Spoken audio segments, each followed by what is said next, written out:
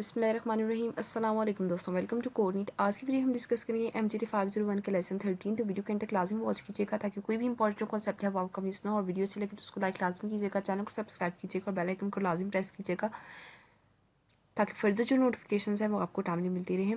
तो video start करते हैं।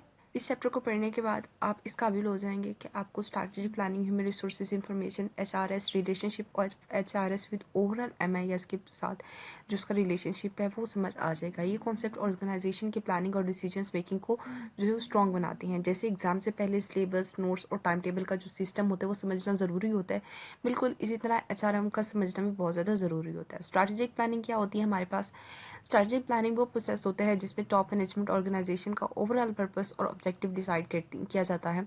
ये भी प्लान करती है कि उन ऑब्जेक्टिव्स को कैसे अचीव किया जाएगा। इसका फोकस लॉन्ग टर्म सक्सेस होता है। HRM को स्ट्रैटेजिक गोल्स के साथ लिंक करना बिजनेस परफॉर्मेंस को इंप्रूव करता है और ऐसे कल्चर्स डेवलप करता है जो इनोवेशंस और फ्लेक्सिबिलिटी को सपोर्ट करता है। HR का रोल स्ट्रैटेजिक प्लानिंग में ऑर्गेनाइजेशन के व्यू पर डिपेंड करता है। बेसिकली इसके तीन जो है वो व्यूज होते हैं, उनको हम डिटेल से डिस्कस कर लेते हैं। सबसे पहले ये ऑपरेशनल फंक्शन होता है हमारे पास, ठीक है।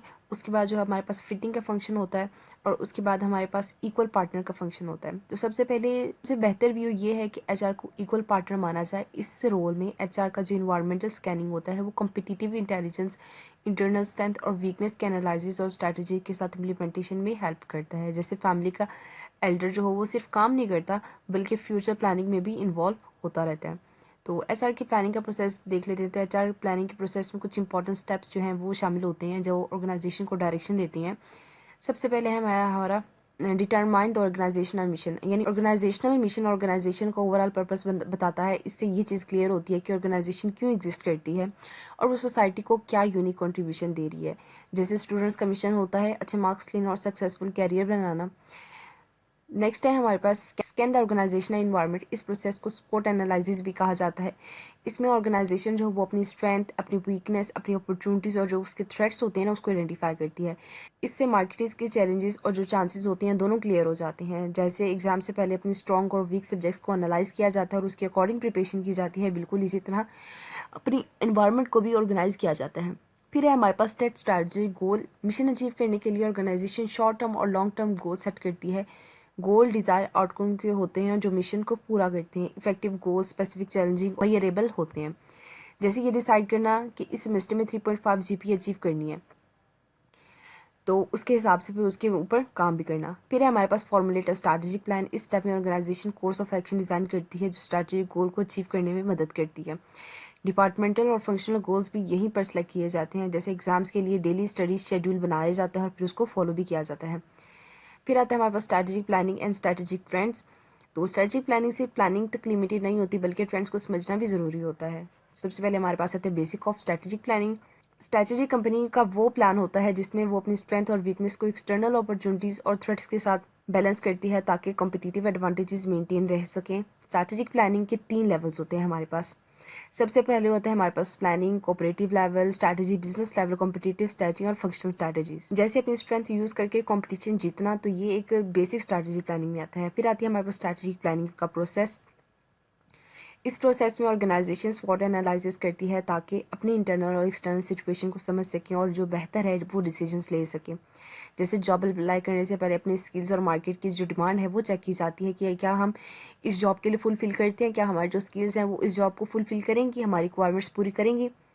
फिर आता है हमारे पास बेसिक स्ट्रैटेजिक ट्रेंड। आज के दौर में कुछ बेसिक ट्रेंड्स ऑर्गेनाइजेशन को इफेक्ट कर रही हैं, जैसे ग्लोबलाइजेशन हो गया, टेक्नोलॉजिकल एडवांसेस हो गए, नेचर ऑफ वर्क का जो चेंज होना है, वर्क फोर्स के डेमोग्राफिक का चेंज होना। इन ट्रेंड्स की वजह से ऑर्गेनाइजेशन को अपनी स्ट्रैटेजी जो है वो अपडेट करनी पड़ती है।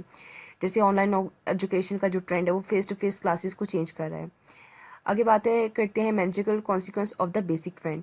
तो मैनेजर्स को ऐसी स्ट्रेंथ बनाना होता है जो अपॉर्चुनिटीज और थ्रेट्स को ऑर्गेनाइजेशन की स्ट्रेंथ और वीकनेस के साथ बैलेंस करती हैं। ये जो स्ट्रैटेजीज होती हैं वो ऑर्गेनाइजेशन के स्ट्रक्चर और वर्किंग स्टाइल को भी चेंज कर लेती है। जैसे न्यूज़ टेबल्स के मुताबिक स्टडी मेथड जो है वो चेंज किया जाता है और उसके हिसाब से पढ़ा जाता है। फिर आता है हमारे पास HR के स्ट्रैटेजिक रोल। तो HR का जो रोल है अब सिर्फ हायरिंग तक लिमिटेड नहीं रहता बल्कि स्ट्रैटेजिक लेवल पर भी बहुत ज़्यादा इंपॉर्टेंट हो गया है। नेक्स्ट है हमारे पास HR का इवॉल्विंग रोल। तो वर्कफोर्स ऑर्गेनाइजेशन का सबसे बड़ा जो कॉम्पिटिटिव एडवांटेज होता है, इसलिए HR का जो रोल है वो प्रोटेक्टर और स्कीनर से चेंज होकर स्ट्रैटेजिक पार्टनर और चेंज एजेंट बन जाता है। जैसे टीचर सिर्फ क्लास लेने वाला नहीं बल्कि मेंटोर भी होता है हमारा। फिर है strategic human resources management. Strategic HRM का मतलब है HR प्रैक्टिसेस को ऑर्गेनाइजेशन के स्ट्रैटेजिक गोल्स के साथ लिंक करना है ताकि जो बिजनेस है उसकी परफॉर्मेंस इंप्रूव हो और इनोवेशन कल्चर वो जो है वो डेवलप हो। जैसे अपनी स्किल्स को फ्यूचर कैरियर गोल्स के साथ अलाइन करना। HR का जो रोल है स्ट्रैटेजिक प्लानिंग में क्या होता है, तो HR स्ट्रैटेजिक पार्टनर्स के तौर पे या तो HR प्रैक्टिसेस को कॉर्पोरेट स्ट्रैटेजीज के मुताबिक एडजस्ट करता है या फिर स्ट्रैटेजिक प्लानिंग प्रोसेस का इक्वल पार्टनर होता है। जैसे ग्रुप प्रोजेक्ट में हर मेंबर जो है वो प्लानिंग में इक्वल रोल प्ले करता है, बिल्कुल इसी तरह जो हमारा होता है स्ट्रैटेजिक प्लानिंग में भी एक रोल देखा जाता है। नेक्स्ट है HR role in executing strategy. तो स्ट्रैटेजी एग्जीक्यूट करना ट्रेडिशनली HR का रोल होता है। HR इंश्योर करता है कि राइट पीपल जो है वो राइट जॉब पर हों। लाइक अगर कोई डेवलपमेंट का काम है तो वो डेवलपमेंट के लोग ही उस पर हों, उसमें डिज़ाइनर के लोग ना आ जाए। HR and value chain analysis. Strategy execution में कॉस्ट रिडक्शन बहुत ज़्यादा इंपॉर्टेंट होती है। HR की जो वैल्यू होती है वो चेन एनालिसिस के जरिए अननेसेसरी कॉस्ट जो है वो कम करने में हेल्प करती है। जैसे मंथली जो एक्सपेंसेस होती हैं उसका एनालिसिस करके एक्स्ट्रा जो खर्च है वो हम कम कर देते हैं अपने महीने का, तो इससे क्या होती है चीज़ें भी आ जाती हैं और खर्चा भी कम हो जाता है। थर्ड है हमारे पास HR का रोल इन फॉर्मुलेटिंग स्ट्रैटेजी। तो HR इन्वायरमेंटल स्कैनिंग के जरिए एक्सटर्नल अपॉर्चुनिटीज और थ्रेट्स आइडेंटिफाई करते हैं जो कंपनी के सक्सेस के लिए बहुत ज़्यादा इंपॉर्टेंट होते हैं। जैसे फ्यूचर ट्रेंड्स देखकर अपने जो कैरियर के गोल्स हैं उसके जो प्लान्स हैं वो सेट करना, तो ये सब चीज़ें आती हैं HR के रोल्स में फॉर्मुलेटिंग स्ट्रैटेजी। फिर आता है हमारा human resource information system. Human information system जिसको हम HRIS भी कहते हैं, ये वो सिस्टम होता है जो ऑर्गेनाइजेशन की ह्यूमन रिसोर्सेज से रिलेटेड डाटा को कलेक्ट करता है, उसको रिकॉर्ड करता है, उसको स्टोर करता है, उसको एनालाइज करता है और उसको रिट्रीव भी करता है। इस डाटा में salary, payroll, compensation, leave, accident, retirement benefits और एम्प्लॉय के बेनिफिट जैसे रिकॉर्ड शामिल होते हैं। HR मैनेजर का काम हमेशा से ये डाटा मेंटेन करना रहा है। शुरू के ज़माने में क्या होता था, हमारे जो पर्सनल मैनेजमेंट के ज़्यादातर जो हमारे क्लर्क के बैकग्राउंड थे, ठीक है, वो काम किया करते थे और ये हमारा जितना भी HR का सिस्टम था वो उन्हीं तक लिमिटेड था, जहाँ जहाँ एम्प्लॉय की सैलरी और लीव रिकॉर्ड ही में फोकस होते थे। जैसे घर में डायरी होती है जिसमें सिर्फ खर्चा और बिल्स लिखे जाते हैं और फ्यूचर प्लानिंग नहीं होती उसमें, ठीक है, तो जो काम उधर हुआ जाता है बस उसी के बारे में लिखा जाता है। नेक्स्ट है हमारे department of human resources information system जिसको HRIS कहते हैं। तो शुरू में HRIS सिर्फ एडमिनिस्ट्रेशन और ऑपरेशनल पर्पस के लिए यूज होता था। फॉर्म्स के जरिए रिक्वेस्ट, एक्सीडेंट रिपोर्ट्स और सैलरी की जो डिटेल्स है वो कलेक्ट की जाती थी। लेकिन 1970s और 80s में पेरोल सिस्टम ज़्यादा कम्प्लेक्स हो गए थे जिससे फ्लेक्सिबल और एडवांसेस इंफॉर्मेशन सिस्टम की ज़रूरत बहुत ज़्यादा महसूस होगी। इसी दौर में कंप्यूटर हार्डवेयर और सॉफ्टवेयर का डेवलपमेंट हुआ जिसने HRIS को ज़्यादा इफेक्टिव बना दिया था। जो बड़ी ऑर्गेनाइजेशन होती हैं जिसमें हमारे पास पे रोल का जो डिपार्टमेंट होता है उसको HR के दूसरे फंक्शन से अलग करवा दिया जाता है। कुछ कंपनीज ने अपना पे रोल का काम एक्सटर्नल पे रोल ब्यूरोज को आउटसोर्स कर दिया है ताकि कोज है वो कम हो और टेक्नोलॉजी जो उसकी बेटर हो जाए। जिससे पहले हैंड रिटन अकाउंट्स रखे जाते थे, फिर एक्सेल आ गया और फिर एप्स का जो यूज़ है वो शुरू हो गया, तो अब काम जो है वो ईजी हो गया। नेक्स्ट है हमारे पास nature and benefit of HRS। तो मॉडर्न HRS सिस्टम जो है वो कम्प्रीहेंसिव है, एक्यूरेट है और एसेसिबल होते हैं। ये सिस्टम HR ऑर्गेनाइजेशन प्लानिंग के लिए बहुत ज़्यादा यूजफुल होते हैं। HRS का जो पर्पस है बेसिकली स्ट्रैटेजिक, टैक्टिकल और ऑपरेशन डिसीजन मेकिंग को सपोर्ट करने के लिए लिए जाते हैं। लीगल इश्यूज से बचाने के लिए भी लिए जाते हैं। हर प्रोग्राम जो है वो इसमें इवेल्युएट करना होता है और डेली ऑपरेशन को स्मूथली बनाना भी होता है, इसकी ये जिम्मेदारी होती है। फॉर एग्जाम्पल जैसे स्मार्टफोन में कॉन्टेक्ट मैसेजेस और एप्स का जो ऑर्गेनाइज सिस्टम होता है ना, वो nature and benefit of HRS की एग्जाम्पल में आ जाता है। फिर यहाँ पे कुछ बेनिफिट्स हैं हमारे सिस्टम के, वो देख लेते हैं। तो सबसे पहले हमारा है डिसीजन सपोर्ट सिस्टम की मदद से प्लानिंग जो है वो बेहतर हो जाती है। और अच्छा यहाँ पे कुछ बेनिफिट्स हैं सिस्टम के, वो देख लेते हैं। तो सबसे पहले बेनिफिट है कि डिसीजन सपोर्ट सिस्टम की मदद से प्लानिंग जो है वो बेहतर हो जाती है और इन्फॉर्मेशन प्रोसेसिंग का जो काम है वो फास्ट हो जाता है। जैसे एग्जाम प्लानर ऐप से स्टडी प्लानिंग ईजी हो जाती है, उससे हम काम जल्दी कर लेते हैं। सेकंड पॉइंट आता है हमारा decrease administration and HR cost. तो इसमें क्या होता है, हमारे पास मैनुअल काम होते हैं और टाइम और पैसा जो है वो दोनों बच जाते हैं। जैसे ऑनलाइन बिल पेमेंट से लाइन में लगना नहीं पड़ता, तो वो हमारा काम भी जल्दी हो जाता है और काम हो भी जाता है। थर्ड है हमारा accuracy of information. Computerize system जो है वो एरर्स जो है वो कम देती हैं। जैसे कैलकुलेटर से कैलकुलेशन गलत होने के चांसेस कम हो जाते हैं। यानी अगर ह्यूमन कैलकुलेशन करे तो उसमें गलती के फिर भी चांसेस होते हैं, लेकिन अगर कैलकुलेटर से किए जाए तो वो हमें पता हो तो वो एग्जैक्ट कैलकुलेशन होती है।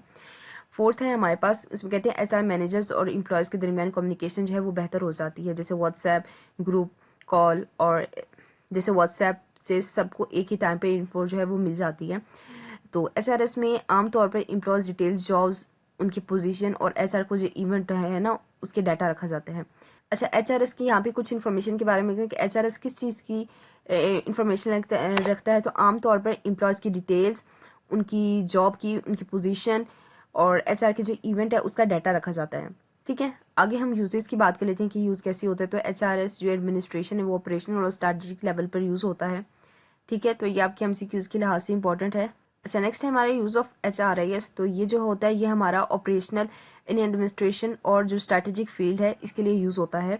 ऑपरेशनल लेवल पर एचआरआईएस जो है वो इंटरनल कैंडिडेट आइडेंटिफाई करता है, जिससे एक्सटर्नल रिक्वायरमेंट कॉस्ट जो है वो कम हो जाती है और एम्प्लॉयज़ को कैरियर अपॉर्चुनिटीज़ का ट्रस्ट जो है वो मिल जाता है।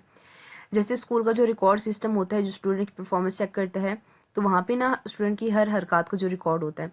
फिर है हमारे पास strategic HR planning and HR की इंफॉर्मेशन सिस्टम। तो स्मार्ट जो एचआर मैनेजर हैं वो इंश्योर करते हैं कि एचआरआईएस ऑर्गेनाइजेशन परफॉर्मेंस में कंट्रीब्यूट करे। एचआरएस को बेंचमार्किंग के साथ लिंक किया जाता है ताकि परफॉर्मेंस जो है वो टारगेट और क्वांटिटेटिव मेजर्स के साथ सेट किया जाए। जैसे फिटनेस ऐप जो है वो डेली स्टेप कंपेयर करके टारगेट सेट कर देता है कि आपने आज इतनी एक्सरसाइज करनी है, आपने आज इतने टाइम के लिए करनी है। ठीक है, तो वो एक हमारे लिए टारगेट सेट कर देता है जिसको हमने अचीव करना होता है। अब हम इसकी एप्लीकेशंस की बात कर लेते हैं। कंप्यूटराइज जो एचआरआईएस हार्डवेयर होते हैं वो सॉफ्टवेयर के कॉम्बिनेशन होते हैं जो एचआर के डिसीजंस को सपोर्ट करते हैं। एचआरआईएस एप्लीकेशन एम्प्लॉय की इंफॉर्मेशन, उसकी एप्लीकेशन की ट्रैकिंग और इसके अलावा स्किल्स की इन्वेंट्री, पेरोल और बेनिफिट की जो एडमिनिस्ट्रेशन है ना उसके लिए यूज़ की जाती हैं। जैसे यूनिवर्सिटीज़ का जो पोर्टल होता है जहाँ अटेंडेंस, फीस और रिजल्ट सब एक सिस्टम में होते हैं, तो वहाँ पे ये एप्लीकेशंस यूज़ की जाती हैं। फिर है सिक्योरिटी और प्राइवेसी। तो एचआर डिपार्टमेंट को एचआरएस की सिक्योरिटी और प्राइवेसी के लिए पॉलिसीज़ बनानी पड़ती हैं ताकि जो एम्प्लॉय हैं उनका प्राइवेट डाटा जो गलत लोगों के पास ना चला जाए। जैसे फ़ोन का जो पासवर्ड है और जो फिंगरप्रिंट लॉक है वो हम इसलिए यूज़ करते हैं ताकि हमारी जो चीज़ें हैं वो कोई और असेस ना कर सके। नेक्स्ट है कि क्यों यूज़ किया जाता है, इसका पर्पज़ क्या है। तो ऑर्गेनाइजेशन को डिसाइड करना होता है कि एचआरएस का जो मेन पर्पज़ है वो डाटा कलेक्ट करना, एनालाइज करना, ये रिपोर्टिंग करना होता है। छोटी ऑर्गेनाइजेशन को सिंपल सिस्टम चाहिए होता है, जबकि बड़ी और जो कम्पिटिटिव ऑर्गेनाइजेशन होते हैं ना उसको स्ट्रैटेजिक एचआरआईएस की ज़रूरत होती है। जैसे छोटी शॉप्स को सिंपल रिकॉर्ड बुक्स और माल को जैसे छोटी शॉप्स को सिंपल रिकॉर्ड बुक्स और जो मॉल है तो उसको फुल सॉफ्टवेयर चाहिए होती हैं।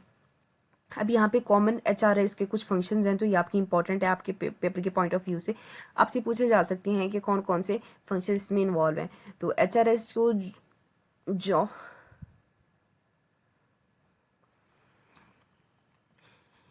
तो ये कुछ इंपॉर्टेंट फंक्शंस है, ये आपने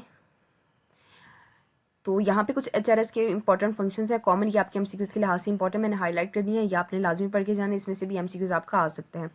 लास्ट में रिलेशनशिप की बात करती हैं। तो इन्फॉर्मेशन एक हेल्दी और इफेक्टिव बिजनेस मैनेजमेंट की बैकबोन होती है। हर ऑर्गेनाइजेशन को अपनी डिसीजन मेकिंग और प्लानिंग के लिए एक्यूरेट और टाइमली इन्फॉर्मेशन की ज़रूरत होती है। ये काम जो होता है वो हमारा इंफॉर्मेशन मैनेजमेंट सिस्टम करता है, जिसको हम मैनेजमेंट इंफॉर्मेशन सिस्टम MIS भी कहते हैं। तो MIS एक इंटीग्रेटेड सिस्टम है जो ऑर्गेनाइजेशन के लिए रिक्वायर्ड सिस्टम और एक्टिविटीज़ का सेट है।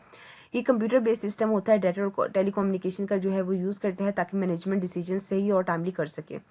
तो जैसे एक स्कूल का डिजिटल सिस्टम होता है ना जिसको हम जैसे स्कूल का एक डिजिटल सिस्टम है ना जिसको हम MIS कहते हैं, वो पूरे स्कूल की इन्फॉर्मेशन स्टोर कर लेते हैं। उसमें अटेंडेंस होती है, उसके में फीस होती है, उसमें एग्जाम्स का रिजल्ट होता है, और जो HRIS होता है ना हमारे पास, उसका एक पार्ट है जो स्पेसिफिकली टीचर्स और स्टाफ का जो डाटा है वो मैनेज करता है। जैसे कि उनकी सैलरीज, उनकी लीव्स, उनकी परफॉर्मेंस कैसी चल रही है, तो ये सारा डाटा जो है वो HRIS में चला जाता है। तो ये था हमारा आज का लेक्चर। इंशाल्लाह जो नेक्स्ट लेक्चर है उसको नेक्स्ट वीडियो में स्टडी करेंगे। आज के लिए इतना ही। अगर वीडियो अच्छी लगी तो उसको लाइक लाजमी कीजिएगा, चैनल को सब्सक्राइब कीजिएगा और बेल आइकन को लाजमी प्रेस कीजिएगा ताकि फर्दर नोटिफिकेशन जो है वो आपको टाइमली मिलती रहे। तो मिलेंगे नेक्स्ट वीडियो में एक नई अपडेट के साथ। अपना बहुत ज़्यादा ख्याल रखिएगा, दुआ में याद रखिएगा। तब तक के लिए अल्लाह हाफिज़।